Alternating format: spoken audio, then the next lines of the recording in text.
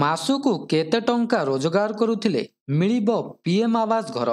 ଏବେ କ'ଣ ରହିଛି ସମ୍ପୂର୍ଣ୍ଣ ଅପଡେଟଟି ଆସନ୍ତୁ ଜାଣିବା।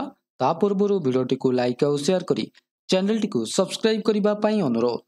ନିଜସ୍ୱ ଘର କରିବା ସମସ୍ତଙ୍କର ସ୍ୱପ୍ନ।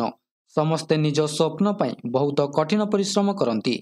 ନିଜ ସ୍ୱଅର୍ଜିତ ପୁଞ୍ଜି ଜମା କରିବା ପରେ ବି ଅନେକ ଲୋକ ଘର କରିପାରୁନାହାନ୍ତି କି ନିର୍ମାଣ କରିପାରୁନାହାନ୍ତି। ଏଥିପାଇଁ ସରକାର 2015 ମସିହାରେ ପିଏମ୍ ଆବାସ ଯୋଜନା ଆରମ୍ଭ କରିଥିଲେ, ଯାହା ଅଧୀନରେ ଏପର୍ଯ୍ୟନ୍ତ କୋଟି କୋଟି ଲୋକ ଲାଭ ପାଇସାରିଛନ୍ତି।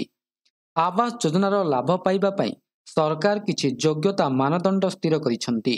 ଏହି ଯୋଜନା ଅଧୀନରେ ବିଭିନ୍ନ ବର୍ଗର ଲୋକମାନେ ଭିନ୍ନ ଭିନ୍ନ ଆଧାରରେ ଉପକୃତ ହୁଅନ୍ତି। ଏଥିରେ ଦୁର୍ବଳ ବର୍ଗ ଯଥା EWS, ନିମ୍ନ ଆୟ ଗୋଷ୍ଠୀ ଯଥା LIG ଓ ମଧ୍ୟମ ଆୟ ଗୋଷ୍ଠୀ ଯଥା MIGର ପରିବାର ଅନ୍ତର୍ଭୁକ୍ତ।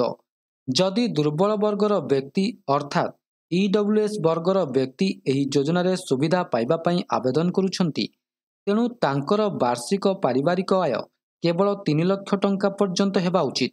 ଯଦି ଏହାଠାରୁ ଅଧିକ ହୁଏ ତେବେ ଏହି ବର୍ଗରେ ଲାଭ ଉପଲବ୍ଧ ହେବ ନାହିଁ। ଏହା ବ୍ୟତୀତ ନିମ୍ନ ଆୟ ଗୋଷ୍ଠୀ ଅର୍ଥାତ୍ LIG ବର୍ଗ ପାଇଁ ବାର୍ଷିକ ଆୟ କେବଳ 3 ଲକ୍ଷରୁ 6 ଲକ୍ଷ ଟଙ୍କା ମଧ୍ୟରେ ରହିବା ଉଚିତ। ଯେତେବେଳେ ମଧ୍ୟମ ଆୟ ଗୋଷ୍ଠୀ 1 ଯଥା MIG1ରେ ବାର୍ଷିକ ଆୟ 6 ଲକ୍ଷ ଟଙ୍କାରୁ 12 ଲକ୍ଷ ଟଙ୍କା ମଧ୍ୟରେ ହେବା ଉଚିତ। ଯଦି ଆମେ ମଧ୍ୟମ ଆୟ ଗୋଷ୍ଠୀ ଯଥା MIG2 ବିଷୟରେ କଥା ହେବା, ତେବେ ଏଥିରେ ବାର୍ଷିକ ଆୟ 12 ଲକ୍ଷ ଟଙ୍କାରୁ 18 ଲକ୍ଷ ଟଙ୍କା ମଧ୍ୟରେ ହେବା ଉଚିତ। ଏହା ବ୍ୟତୀତ ଭାରତର କୌଣସି ସ୍ଥାନରେ ପରିବାରର କୌଣସି ସଦସ୍ୟଙ୍କ ନାମରେ ସ୍ଥାୟୀ ଘର ରହିବା ଉଚିତ ନୁହେଁ, ନଚେତ୍ ଆପଣ ଏହି ସରକାରୀ ଯୋଜନା ପାଇବାରୁ ବଞ୍ଚିତ ହେବେ।